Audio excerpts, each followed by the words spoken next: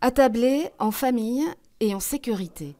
Jamal et Fatima Asfour n'auraient pas osé en rêver il y a encore 2 mois.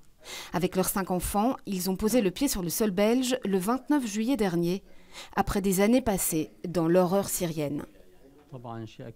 On se sent tellement mieux ici. On est en sécurité, on bénéficie de l'aide médicale et surtout du soutien de la population belge. C'est très réconfortant.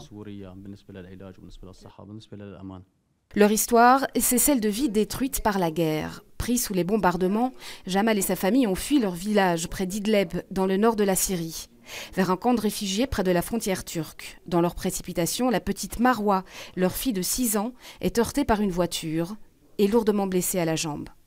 Dans les camps, c'était très dur, mais c'était la moins mauvaise des solutions, car on ne pouvait pas imaginer parvenir à quitter la Syrie.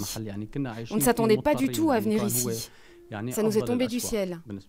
Une lueur dans un ciel plombé, grâce à Ghazi El Ras, Syrien installé à Bruxelles depuis 40 ans, et Anne-Laure Losso. Leur association citoyenne, Syrie, un visa, une vie, vise à aider des familles vulnérables de Syrie, blessées ou malades. Après des mois de préparation, ils ont réussi à faire venir en Belgique 2 familles avec un visa humanitaire.